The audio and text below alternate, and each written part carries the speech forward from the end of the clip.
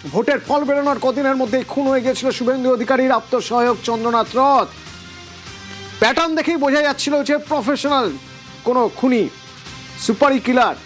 কিন্তু কত টাকার সুপারি কে দিয়েছিল এই সব অধরা থেকে যাচ্ছিল। সিবিআই তদন্ত করে লাগাতার জেরা করছে, যে তিনজনকে ধরা হয়েছে তাদের সেখান থেকে চাঞ্চল্যকর তথ্য বলা যাচ্ছে। এখনো পর্যন্ত জেরায় তারা জানিয়েছে 70 লক্ষ টাকার সুপারি দেওয়া হয়েছিল চন্দ্রনাথকে খুন করার জন্য। আর কি তথ্য উঠে আসছে জানবো, আমার সঙ্গে অনুপ রয়েছেন। অনুপ, শুভেন্দু অধিকারী আত্মসহায়ক যে খুনের ঘটনা চন্দ্রনাথ রথ, এই খুনের ঘটনায় চাঞ্চল্যকর তথ্য ইতিমধ্যেই সিবিআই হাতে। চন্দ্রনাথ খুনের কিন্তু এক মাস আগে থেকে খুনের এই গোটা যে ঘটনা, সেই ঘটনা ছক করা হয়েছিল, এমনটাই তদন্তে নেমে সিবিআই জানতে পারছে।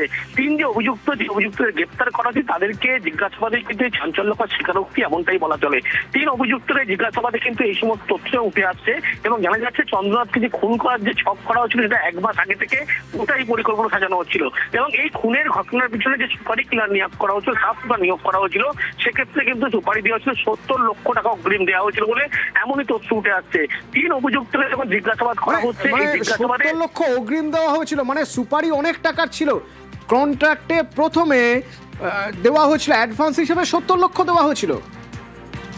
এরকমই 3 জনকে জিজ্ঞাসাবাদে এই তথ্য উঠে আসছে যে প্রথমে কিন্তু 70 লক্ষ টাকা দেওয়া হয়েছিল, সুপারি দেওয়া হয়েছিল এবং এই সাবসুটার নিয়োগ করলো সেই টাকাতেই। পরবর্তী ক্ষেত্রে আরো যে তথ্য পাচ্ছে, মধ্যম গ্রামের এক ব্যক্তির নাম ইতিমধ্যেই এই খুনের ঘটনা সেখানে উঠে আসছে। তার কারণ গত 1 মাস থেকে যখন রেকি করা হয়েছিল গোটা জায়গা কোথায় কিভাবে খুন করা হবে এবং এই সুপারি দেওয়া হয়েছিল, এই 1 মাস ধরে কিন্তু এই গতিবিধি থেকে শুরু করে সমস্ত ছক করা হয়েছিল এবং সেই মধ্যম গ্রামের ব্যক্তি কিন্তু প্রত্যক্ষ বা পরোক্ষভাবে যুক্ত, এমনটাই সিবিআই তদন্ত নেমে জানতে পারছে 3 জন ব্যক্তি জিজ্ঞাসাবাদ করে।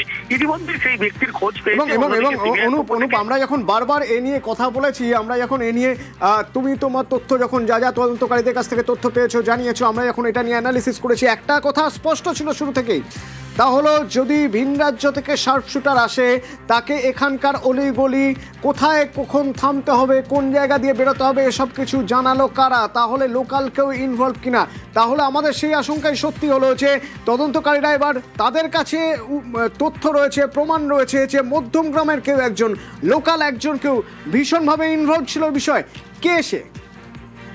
এই তথ্যই কিন্তু আগে নিউজ 18 বাংলায় বারবার দেখানো হয়েছিল। পরবর্তী ক্ষেত্রে যে তদন্তকারী আধিকারিক তারাও কিন্তু জানায় যে বাইরে থেকে কোনো ঘটনা যখন ক্রাইম করতে কোনো ব্যক্তি আসে, সেক্ষেত্রে লোকাল কোনো ব্যক্তি যারা সমস্ত কার্যকলাপে যুক্ত থাকে তাদের থেকে সহযোগিতা নেওয়া হয়ে থাকে। তার কারণ অলিগলি রাস্তা থেকে শুরু করে প্রত্যেকটি রাস্তা তারা যেভাবে চিনবে, বাইরে থেকে আসা কোনো ব্যক্তি সেভাবে চিনবে না।